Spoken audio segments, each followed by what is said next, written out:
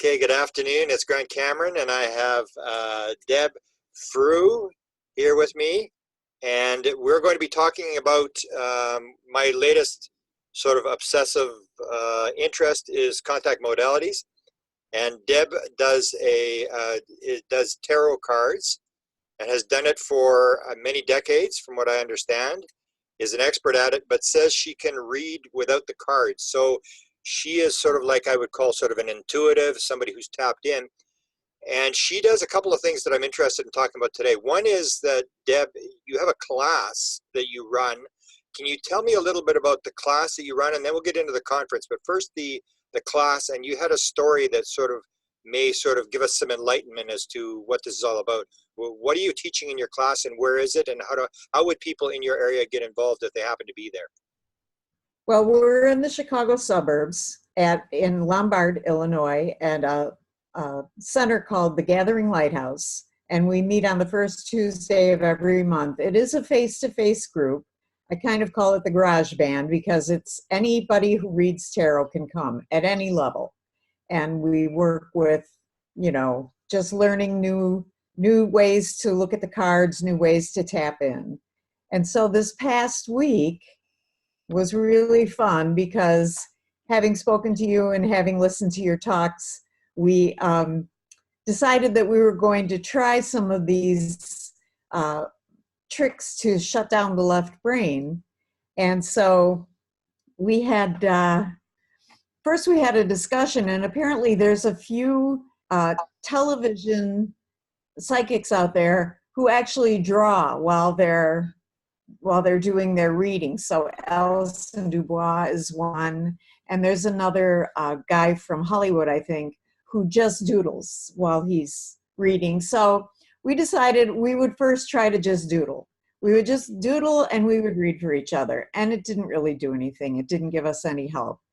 But I noticed that when I started doing right angles, and then I realized I was making tic-tac-toe boards and pretending like I was playing tic-tac-toe with myself, then I was really able to just click off the left brain. It went and played tic-tac-toe, and here I am reading for the person who's sitting across from me.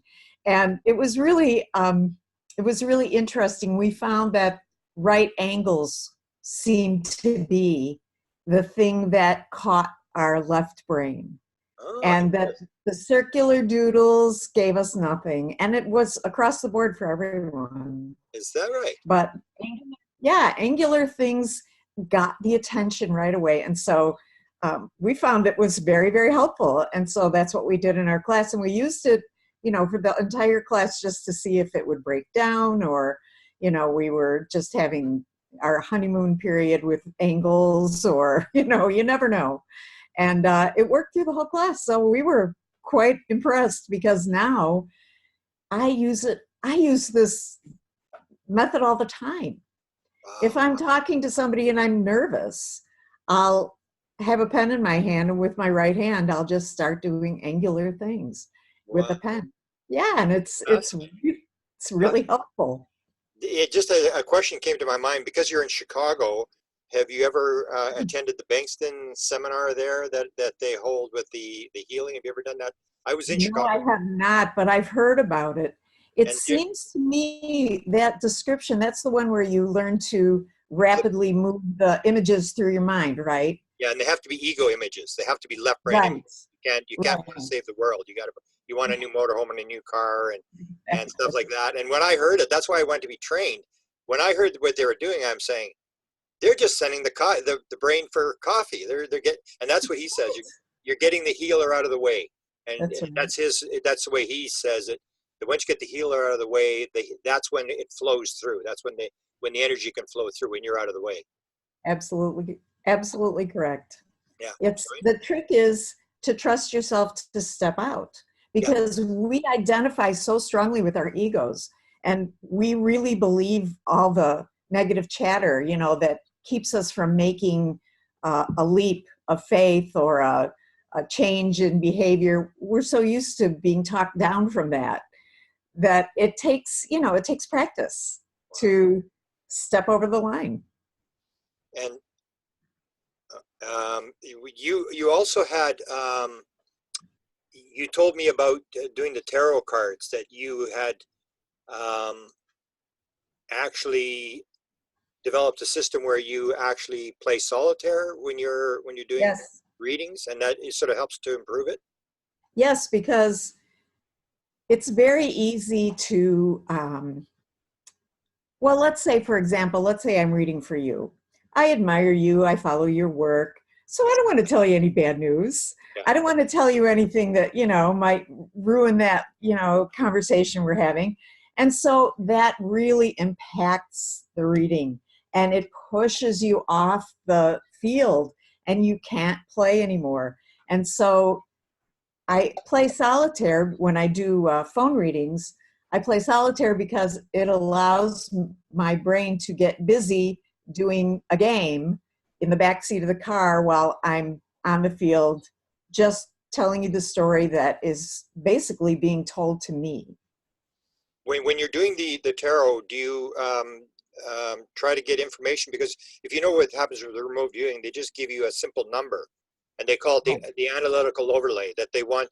You don't really want to know anything about your client, because Exactly. then the left brain jumps in and starts guessing as to. That's right. That's so right. I had a client this morning and she was a new client, and I told her, I said, please don't talk to me past hello. This is what I'm going to do, and then I'll tell you when it's okay to ask questions.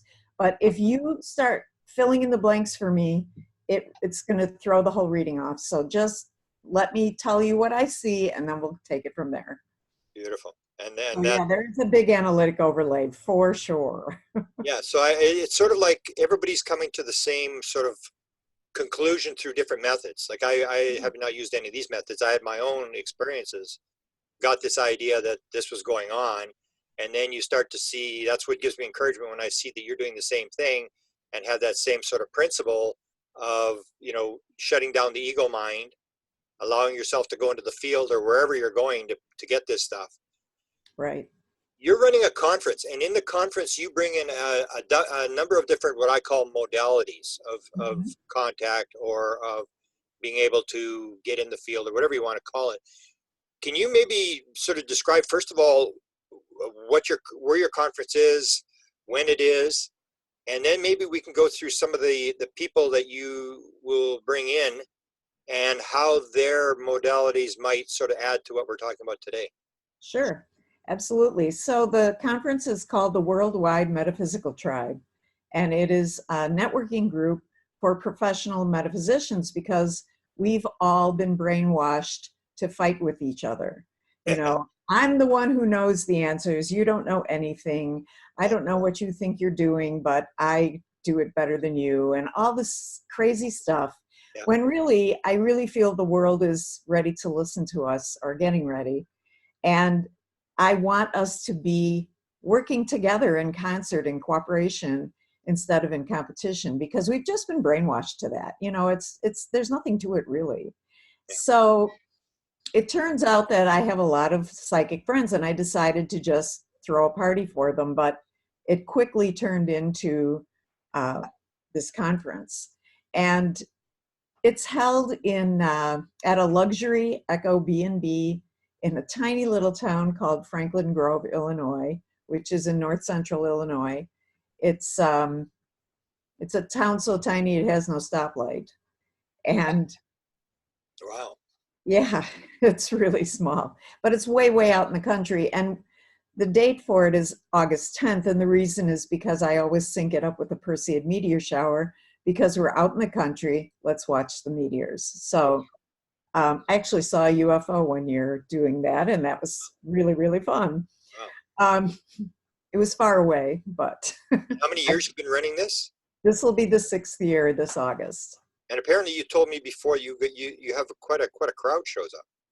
Well, this year I expect 125. Next year we'll have to move maybe to another location because I think we're going to have perhaps double that. So No. it's interesting. People have to take a little time to realize that, cooperation is where it's at, and all they have to do is come once and then they can see, that that's how it works. But some of the modalities that we have coming. So there's several tarot readers because I teach tarot, and so a lot of my students go pro, and so then, you know, they're welcome to come. We have a lot of mediums. It's just the fastest growing modality right now. Mostly, It's mostly women in terms of mediums. um, actually, well, I'm going to say the crowd is mostly women, although men are allowed, and we Yeah. do have a good showing um, of professionals that are males. I'd like more, and every year I really do try and, you know, get more to come. Um, Let me ask you before you go on. Do you think that there is that connection because you have the idea that the right brain is the female brain and that women are more intuitive? Do you think there's something about that where women are able to do this a little bit easier than men who may be more ego, rational, analytical, feet on the ground type stuff? can I go back to what we've been trained to believe? Okay. Okay. I really feel like, of course, there are men that will probably never cross that line. And there are women who will never, you know, change their oil and rotate the tires and that sort of thing. But I think a lot of it has to do with this training that we've had since birth, that men do the, you know, the manly things, and women, that we're the intuitive witches. We know the things that nobody knows, and nobody knows how we get there. And, you know, it's sad. And I really hand it to the men who realize that they can cross the line. Yeah. Wow. Good. Okay, let's go to some of the sort of the speakers and how you think it fits in. Do you think, like me, that this is all going to be the same thing? It's just different tools that people are using? It absolutely is. I really feel that when it comes down to the moment where uh, a professional metaphysician is working with a client or a Reiki master, um, that we all go to the same place and we all drink from the same well. And so you can call it angels or God, or, you know, your higher self, or you can call it all that is, but it's all the same thing. And we're all going to the same place. Now, there's um, a nice showing of Christian uh, practitioners that come, and there's an equal amount of non-Christian and non-religious people that come. You know, it's because, you know, we all have our personal likes about what we think the world is about, and so we impose that definition all over everything. And so we might interpret the world in Christian terms or atheistic terms or Episcopalian terms or whatever works for us, you know. Now our speakers, this year, we're starting out with Dawn Silver, a fabulous, fabulous woman who is a wonderful speaker. She's multidimensional in her talents. I met her as an astrologer, but she's actually more, she aligns herself more with crystal healing, which I don't know anything about. And she's going to give her talk on crystal healing. And it, you know, I'm always thinking to myself, you know, I'm way too practical sometimes. And I have a bunch of crystals on a shelf over here, but, you know, does a smoky quartz really, you know, does it really absorb all the negativity in the room, you know, and is my citrine giving me abundance? You know, is this really happening? I'm just way too analytical on these things. But Dawn's talk is the cosmic origins of crystal healing. So I'm completely down with hearing this talk because there's something in there that I need to hear. So I'm very excited about it. And she's also going to cover healing your ancestral past with crystals. I also have a crystal dealer coming who's going to have all those stones available. So we have very little space to work in, so everything works like clockwork. Yeah. So, our second speaker is going to, the title of her talk, her name is Jean Kuhn, and the title of her talk is How to Make Money Fast, or something like that, because people who do what we do are so allergic to the money side of it. We don't want to keep books. We don't want to have a bookkeeper. We don't want to have do our taxes. You know, we just, a spreadsheet gives us, you know, the chills. And so I found this woman on Facebook for the simple reason that all of my, or not all, but many of my metaphysical friends had hired her as their business coach, and they couldn't get over how their business had changed and how much more successful they were. And I said, well, this woman's got to, she's got to come and talk to our people, because we all need that. Even if you're good at it, you need, you know, you need another talk sometimes. So she'll be coming, and I'm very excited about that. Our keynote speaker is Janet Barris, also from Chicago. She is a tarotist. She's been reading cards as long as I have. She started the World Tarot Congress, which was the first meeting of its kind. And it's sort of like the granddaddy of what my networking event is, because she's the first person who brought us all together. Oh. And she's also an astrologer who does many keynote addresses at astrology conferences. She's very well known. And so she's coming in to talk about the reason why we're here, which has to do with the fact that astrologically we're back at the Civil War. Oh. And so everything has turned enough so that we're back at the same alignment as the Civil War. So she's going to enlighten us on that. I'm really excited about hearing about this too. So, and our keynote speaker always talks about cooperation, not competition. That's key. Yeah. Yeah. That's the oneness principle versus the separation. That's always my big, where, you know, people are into the ego and the separation, me versus you, good versus bad, and all that kind of stuff. That's right. Interesting. Do you follow, like you mentioned the astrology stuff? What do you see as sort of like the history of the world? Where do you think we're going? Where do you think we came from in terms of what you've learned? Do you think there's a pattern or a process? Do we have free will? You know how they show the pictures or renditions of the solar system where the sun is in the center and all of the planets, you know, rotate around it? Well, in reality, it's a corkscrew thing that's corkscrewing through space. And it really isn't these flat planes with, you know, Mars going around and Earth going around, but it's actually corkscrewing through space. All of the entire solar system is. And so it makes me think that we keep coming around to the same problems over and over again until we figure them out. Yeah. Do you think you have a mission in terms of what you know, your talent to do cards? Do you think that you were chosen to do this? And if so, what do you think your mission is? Well, I hesitate to say I was chosen. I think a lot of people just wake up to a talent they may have. And that's, I wouldn't go further than that. Yeah. I know that reading for people is, for me, very satisfying, because not only do I have all these years of experience with cards, I have all these years of life experience. So when you put them together, you can be very practical in a reading and still help people through some really tough times.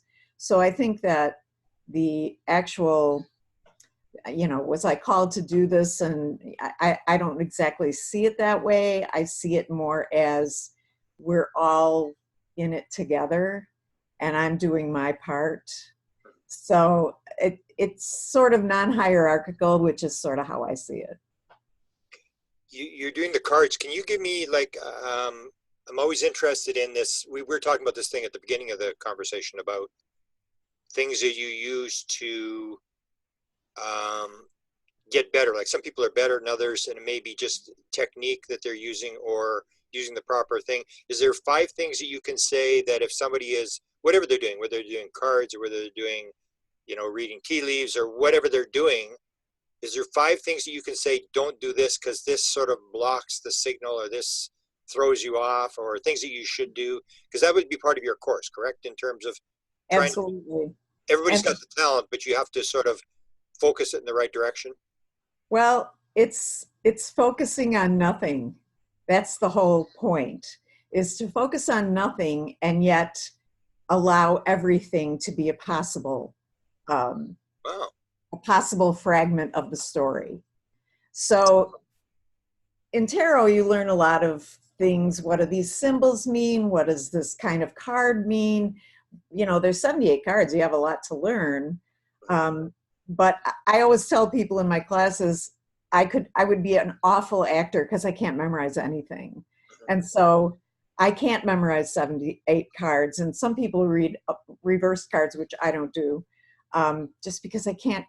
78's enough for me. Okay.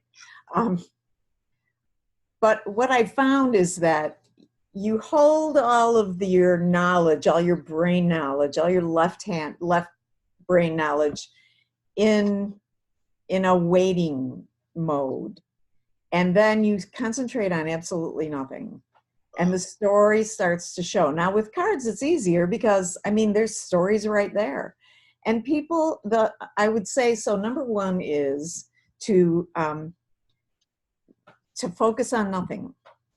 If you're focusing on something, if you're being pulled off the grid. The second thing would be, don't let anybody tell you anything before the reading. That's kind of key, because the more you're front loaded, the harder it is. Okay. The third thing I would think would be, let's see.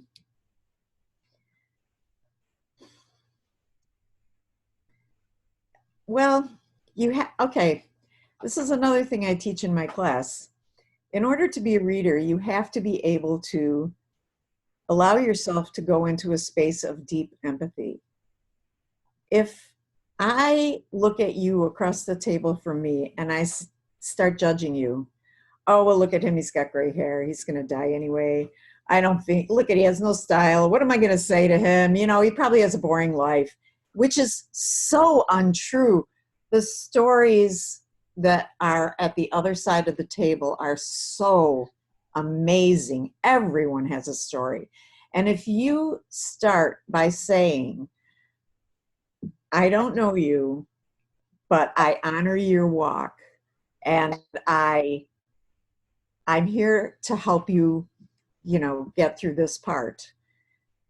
That way, you're sort of opening up a whole nother sector of the field, because it's not just about possibilities, it's about love. Love knits it together.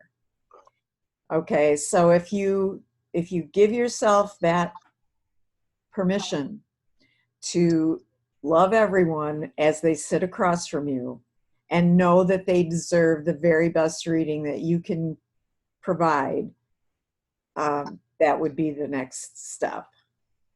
Wow, you're hitting all the points of my book. I'm gonna have to make sure you get a copy of my book, because you're going Thank through the you. love. You're going through the whole thing about going into a state of oneness. There's even the stuff where they look at Brazilian mediums. They look at Buddhist monks. When you sort of start, your parietal and your frontal lobes are sort of really active when you're sort of concentrating, and then once you get into the state, it just goes quiet, and Right. you enter into the state, and that's you sort of surrender. You go into that nothingness, and you're out of the field. The ego is shut down and stuff like that. So the stuff that you're explaining is, and the thing about, you know, the compassion, this is all part of what they're actually finding in when they do neurology stuff. So I guess you may not know, but have you ever heard of anybody doing, say, brain studies on people reading cards or anything like that? Because you've done No. like, I have to maybe see if I can get you into one of these things, because they do people who like are speaking in tongues, praying, experiencers have been in there, mediums have been in there, and they show these very direct patterns, which basically is sort of vindicating you and I and all the crazy people in the world. It's like, no, she's not making it up. There is actually something you can actually say, this part of the brain is lighting up, this one's going down, and all the people will have the same pattern inside the brain, which means no matter what they're doing something different. They're not making it up. And so Exactly. it's encouraging to hear you go through all that sort of stuff, and sort of reinforces my belief that it's all the same thing. It's a different mask everybody's putting on to do whatever they are. And almost like the idea that Bashar brings up, it's like a permission slip that Mhm. whatever works for you, you go with it because that's what you feel confident with, that will allow you to do what you've got to do. And Exactly. yeah, I want to say too that another thing that I would say to a reader would be to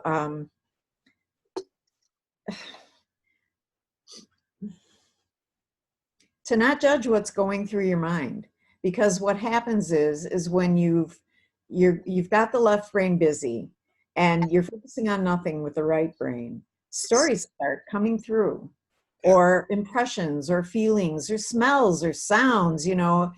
People have all different ways of getting into the field, and it's so easy because it's not like God's booming voice. It's yeah, your yeah, voice. yeah, yeah, Okay.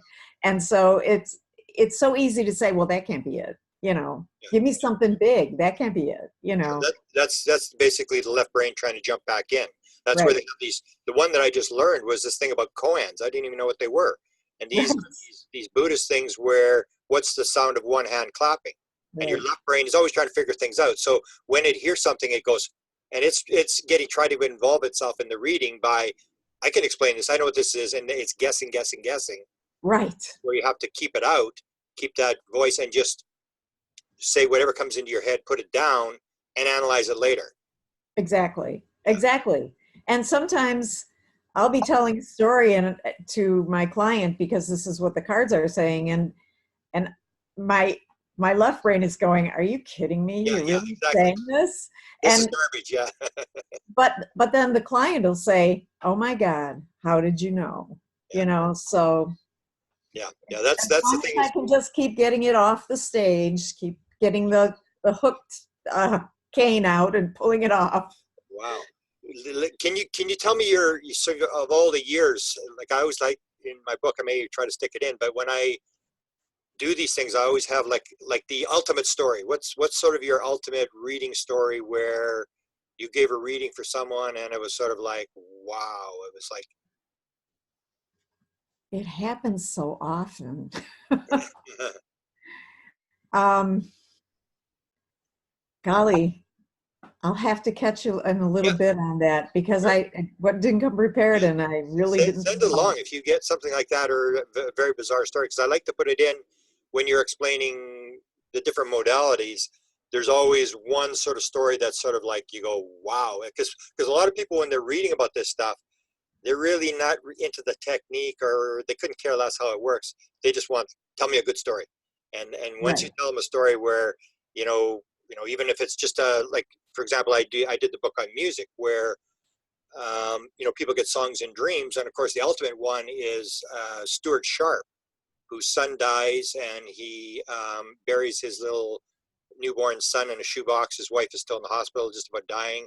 And that night, he gets a dream, and they say sometimes when this happens, we give the person a gift, and they give him what's called the Angeli Symphony, and it's in his head. He has no musical background. He's never played music. He spends 20 years composing this, going around raising $1 million to put this together, learning how to play, learning how to score this thing, getting all the money. And the London Philharmonic Orchestra plays it one time, and it said it was the only time the London Philharmonic Orchestra ever stood up and applauded the composer. It's those kind of stories where you have a lot of stories, but when you think back on that, that's what people really like is these sort of really wild stories where, wow, I mean, that's, I can't say I wrote anything for the London Philharmonic. And I will tell you that this is kind of common in the metaphysical field is when we're finished with a reading, we tend to forget it. yeah, yeah, And it's just because, just let it go and move on and don't be involved in, a soap opera that's not yours. And so I tend to forget these things because I want to stay fresh for the next. So, and for my life, my real life. And so you do readings. You do readings online for people that say on Zoom or Skype or stuff like that. You can do that kind of Actually, I just do telephone readings. Oh, I telephone. don't Okay. I So how don't do do people Zoom contact or you? Skype because they're too distracting. Exactly. Yeah. But when I do read for you on the phone, you will get a recording of it, Yeah. so that I stand by what I say, and I want you to remember, and I don't want you to take a bunch of notes. So you can just participate, and then you can take notes from the recording if you want. Yeah. That's probably a better idea because that's the almost the visual type thing. The same thing. You're giving it an Yes, analytical overlay where you're starting to that's sort of right. assume things by what you're seeing. Almost like the less information you have, the better off you are. It's very true. People, you have no idea how much people tell you in body language. Yeah. It's amazing. You know, Yoko Ono said that the most intimate form of conversation was the telephone because it was voice to the ear and no distractions. Yeah. Yeah. Exactly. You have a Facebook group as well. Do you have stuff that people can join there and sort of interact on them and their stories and learn from the people on there? And do you have just card readers? Do you have all the metaphysical people? And maybe you Well, can define for you what you mean by sort of the metaphysical crowd. What would this entail for people who really aren't that familiar with different okay. modalities? So a professional metaphysician is somebody who accesses the field to give you information that you normally couldn't access with your left brain in the way. Okay. And so people do that a lot of ways. You know, I know Reiki masters who get downloads every time they do a Reiki session.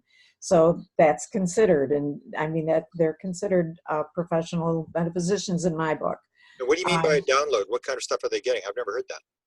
so they'll be working on their client, Okay. and the stories will start pouring in because they're focusing on nothing, and they've got nice quiet music, and and stories will come, and they'll say to people, I've had Reiki masters tell me these stories, um, when I was working on you, I just kept seeing your child, and is he being bullied at school? And then the mother cries, and Uh, and these kinds of things happen. I didn't Yeah, know that. That's interesting. I didn't know that.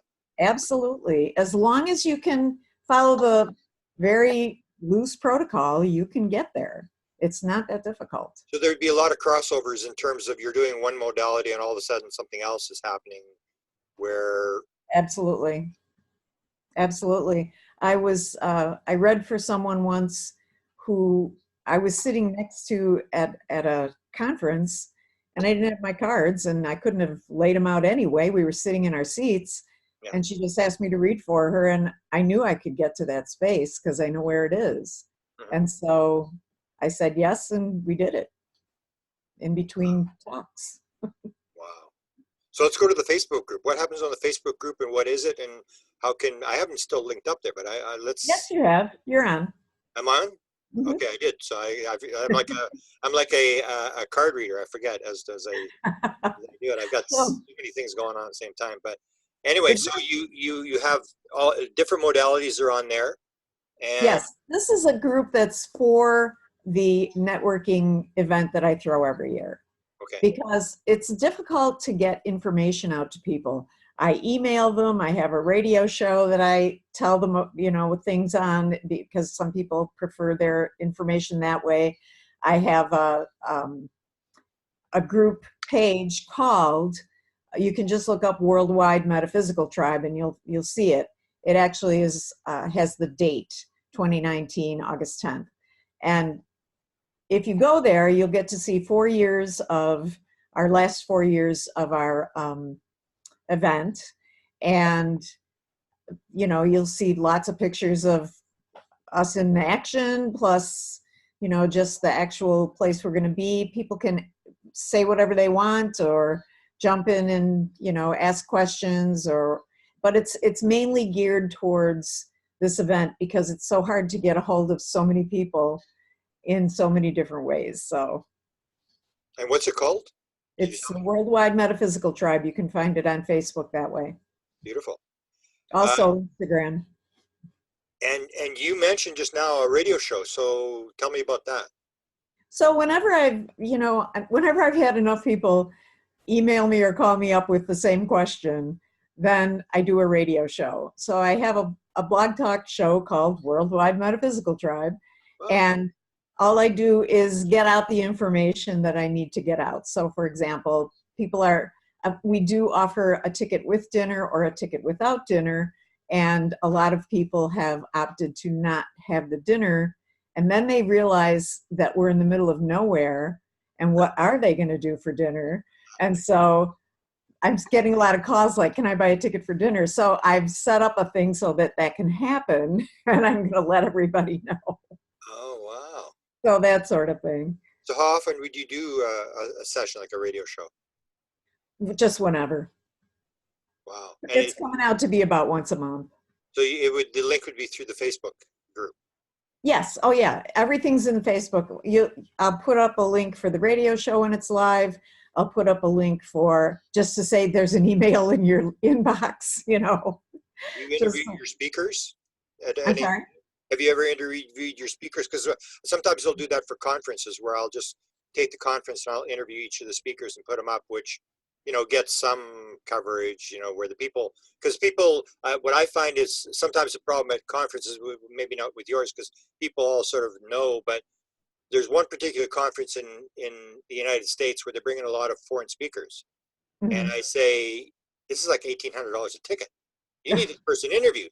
People in America, you look at the name and you're going to go like, who the heck is this? I'm not going to this stupid thing. And you don't realize this is like a brilliant person who spent their whole life doing one particular thing. So that's a great idea. That works where you put your speakers in an interview situation where you can put it out there, and then people know who's going to be there. They go, oh, I didn't know this person talked about this or that. So that is a great idea. I'm going to do that right away. Thanks.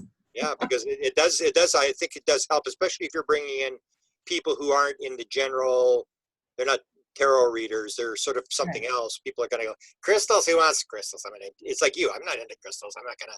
I'm not gonna spend my time. But then when you see crystals, and even if you don't go or you don't follow it, at least you now know something about crystals because this person is educating. So that may be something there. Interesting. Anything else you really want to sort of discuss in terms of you're doing a lot of stuff. You've got a lot of stuff going. And I sure do. And how many people have you got on the Facebook? Like how many people are sort of linked into this whole thing? I have no idea.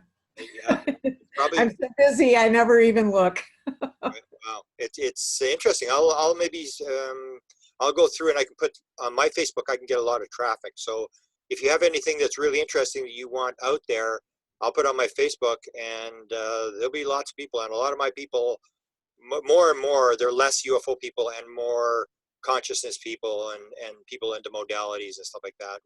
Because I've completely shifted out of the other field. So do that for me, and we'll try to move it along, because I think you're one of the people who really is sort of in link with what I'm doing now in terms of understanding the principle of the modalities, understanding it's all one, understanding that you've got to get into the zone. You've got to, it's a thing where you're shutting things down rather than turning things on. Like people will think you got some sort of trigger in your head that you, exactly. It's not, it's like you're turning all that stuff off. That's right. That's how it works. And people, so I'm glad you brought that up, because that is a main part of my book, this whole thing about, being able to shut down things and pop into the field. That anybody can do it. And it's just, some people may be better at doing it, or learned it from a young age, or whatever happened, or some people even with a head injury. They can do it because they had a hit in the head with a baseball or something like that, that. Well, it just boils down to, how much are you standing in your own way? How much do you believe you can do it? Because people with a brain injury, perhaps that part of their brain has been compromised and they don't have a big problem going there. But people that are, well-trained and, well-schooled have less of an ability to go there unless they've always kept a curiosity. And then perhaps they'll be able to cross the line. Well, I'm glad you gave me that. I'm going to steal that for the book, Standing in Your Own Way. That's a perfect analogy of what it's about. It's completely. And let me tell you, even after 33 years of doing this professionally, I catch myself standing in my own way. Oh, exactly. Sure. And it's just a constant game that you play with your left brain. Sure. It's so easy because you live in that world and it keeps dragging you back in. That's right. Isn't that a Godfather line? Well, thank you for all this, and let me do what I can to